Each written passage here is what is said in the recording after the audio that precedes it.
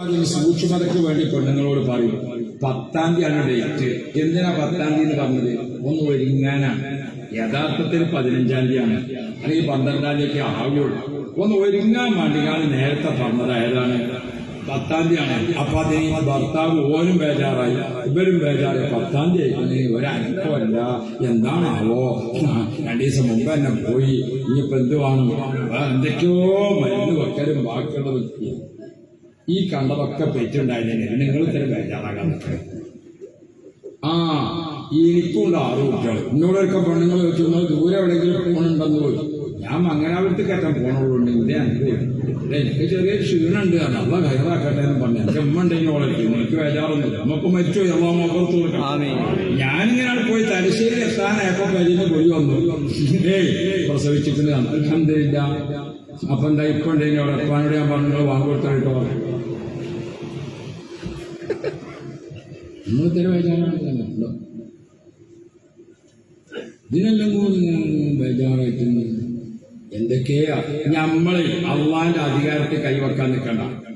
പടച്ചോനാണ് ഗർഭാശയത്തിൽ ഒരു കുട്ടിനെ താമസിപ്പിച്ചത്. ആ കുട്ടിക്ക് ആവശ്യമാകുന്ന സമയത്ത് പുറത്തേക്ക് വരാനുള്ള എല്ലാ സംവിധാനവും അള്ളാഹ് അവിടെ ചെയ്യുന്നുണ്ട്. മരുന്ന് കൊടുക്കേണ്ട, പരിശോധിക്കേണ്ട എന്നല്ല ഞാൻ പറഞ്ഞത്. ബേജാറാകണ്ട.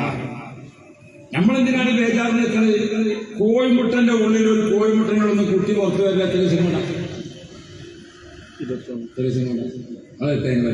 ഒരു കോഴിനെങ്കിലും ഇപ്പൊ ഞാൻ പറഞ്ഞത് ഈ ബൾബിട്ട് കൊടുത്തിനാണ് കോഴിയല്ല. ശരിക്കും നമ്മളെ നാട്ടിലുണ്ടല്ലോ നാടൻ കോഴി. എത്രാമത്തെ കോഴിമുട്ടന്റെ ഉള്ളിൽ ഇങ്ങനെ ഈ കോഴിമുട്ടന്റെ ഉള്ളിലേക്ക് എങ്ങനെയാ വായു കടക്കുന്നത്? ആ കോഴിന്റെ ഉള്ളിൽ ഒരു കുഞ്ഞ് വളരുന്നുണ്ടല്ലോ അല്ലേ? കോഴിമുട്ടന്റെ ഉള്ളിൽ കുഞ്ഞ് വളരുന്നില്ലേ? അല്ലാഹു 15 ദിവസം കഴിയുമ്പോ ആ കോഴിമുട്ടന്റെ ഉള്ളിൽ കോഴിമുട്ടന്റെ ആ കുട്ടിക്ക് രൂപങ്ങളൊക്കെ റെഡിയാവും. രൂപങ്ങൾ റെഡിയാക്കി കുട്ടി ഇങ്ങനെ നിൽക്കാനോട് ആ കോഴിന്റെ കാലിന്റെ വളവുണ്ടല്ലോ, അത് അവിടെ വെച്ച് വളയണം 15-ാമത്തെ ദിവസം. കുറച്ച് കഴിഞ്ഞ് അങ്ങനെ 18-ാമത്തെ ദിവസം കോഴിന്റെ കൊക്ക് അതിന് മുളച്ച് ഉഷാറാവും. 19-ാമത്തെ ദിവസം ആ കൊക്കിന് ഉറപ്പ് വരണ്ടോടെ.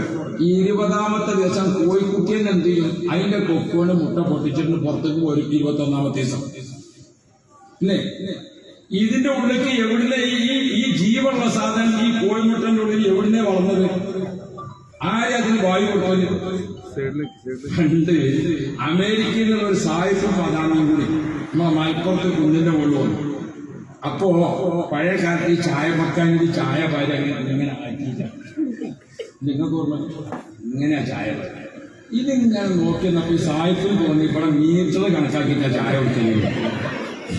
ഇയാള് ചായ കച്ചവടക്കാരനോട് പറഞ്ഞു, ഇയാള് ചായ കച്ചവടം പറഞ്ഞു, പ്ലീസ് 1 മീറ്റർ തീയ. അങ്ങനെ 2 മീറ്റർ ചായ അങ്ങനെ ചായ കൊടുത്ത് നോക്കുമ്പോ കടിയെടുത്തത് ഏതാണ്? നിങ്ങൾ കടിയെടുത്തത് സുഗീന. സുഗീൻ കണ്ടിട്ടുണ്ട്. സുഗീൻ സായികമാരാണെങ്കിൽ സുഗീൻ എടുത്തങ്ങാണ്ട് അതിങ്ങനെ പൊട്ടിച്ചു നോക്കുമ്പോ അതിന്റെ ഉള്ളിൽ മുഴുവൻ ചോറായിരുന്നു. അപ്പൊ ഇവരെ അങ്ങനെ അടച്ചിട്ട് എങ്ങനെ ഇതിന്റെ ഉള്ളിലാക്കിയത്? പടച്ചോനെ മലപ്പുറത്തെ ഈ മാപ്പിളാര് വലിയ ബുദ്ധിയിലേറ്റങ്ങളാന്ന് കേട്ടിക്കണം. ഇവരിങ്ങനെ അടച്ചുകാണ്ട് നോക്കി ഇത് എങ്ങനെ ഇതിന്റെ ഉള്ളിൽ കൊണ്ടത് എന്നൊക്കെ പറയും. കുറെ നേരം ആലോചിച്ചിട്ട് പുത്തം കിട്ടി. ആ കിട്ടിയത് ഒരു തിന്നുങ്ങാണ്ട് പുതിയ 2 സുഗീനും വാങ്ങിയിട്ട് ഗവേഷണത്തിന് കൊണ്ടേക്കണം. വിവരം കിട്ടിയാൽ ഞാൻ അടുത്ത് വരുമ്പോ പറഞ്ഞേക്കാം. അള്ളാഹുത്താല പേര് തട്ടെ. ഞാൻ ഓർമ്മപ്പെടുത്തുന്നത്, അമ്മാന്റെ ഗർഭാശയത്തേക്ക് ആരെ വായു തന്നത്? ഉമ്മാന്റെ ഗർഭാശയത്തിൽ ആരെ വെള്ളം തന്നത്? ആരെ ഭക്ഷണം തന്നത്? ഇത് തന്ന റബ്ബ്. ആ റബ്ബ് 1 കുട്ടിയാണെങ്കിലും തരും, 2 കുട്ടിയാണെങ്കിലും തരും, 10 കുട്ടികളാണെങ്കിലും തരും. എന്റെ പ്രിയപ്പെട്ട ഉമ്മമാരെ, ഡോക്ടർമാരെന്നാണ് പറഞ്ഞു പേടിച്ചു. ഡോക്ടർ പറയും രാവിലെ പ്രസവിക്കുന്നു. എന്തിനാണ് നിങ്ങൾ വൈകുന്നേരം ആകുമ്പോഴത്തേനും ഓർക്ക് ഇതൊക്കെയാണ് കഴിച്ചു കൂട്ടി പോയാൽ ഇപ്പൊ അതിലാക്കി വിളിച്ചാൽ നിൽക്കണ്ടല്ലോ. അതിനാണ് ഓരോ പണി തീർക്കുകയാണ്. അതിന് നമ്മൾ ഇത്ര ബേജാറാക്കാൻ നിൽക്കണം. സുബ്ഹാനല്ലാഹ്. ഇതിന്റെ പെണ്ണുങ്ങളെ ഞാൻ ധൈര്യം കൊടുത്ത് നിർത്തി. ഓള് പരിയിൽ തന്നെ പ്രസവിച്ചു. മകളൊക്കെ പറഞ്ഞാൽ ധൈര്യം കൊടുക്കാൻ പറ്റില്ല. മകളെ കെട്ടിച്ചിട്ട് വേറെ ഭർത്താവിന്റെ കൊടുക്കാൻ വരിയും കൂടി പരിഗണിക്കണം. മോളെ പരിശോധിച്ചാൽ ഡോക്ടർ കൊണ്ട് സമയം എങ്ങനെ ആണെന്നൊക്കെ പറഞ്ഞ് ഇയാളെന്ന് ഞാൻ പറഞ്ഞാ ഞാനേ സമയം ആകുമ്പോൾ കൊണ്ടുവന്നോ അപ്പാണ് കൊണ്ടുപോകാം. ഇപ്പൊ നിങ്ങൾ റിസ്ക് ഏൽക്കേണ്ടി വരുന്നു. എത്തി ഏൽക്കാൻ ഞാൻ ഏറ്റോളാം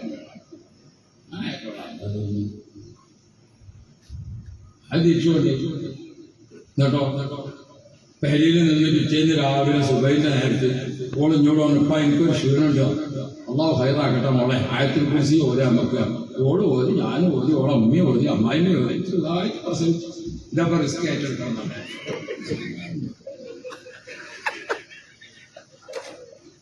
ഞമ്മള് ഞാൻ പറഞ്ഞത് ഹോസ്പിറ്റലും ഇതൊന്നും വേണ്ടാന്നല്ല, അയിമ മാത്രം നിൽക്കാൻ കുറച്ചൊക്കെ അള്ളാന് വിശ്വാസമാണ്. അള്ളാന് വിശ്വാസമാണ്.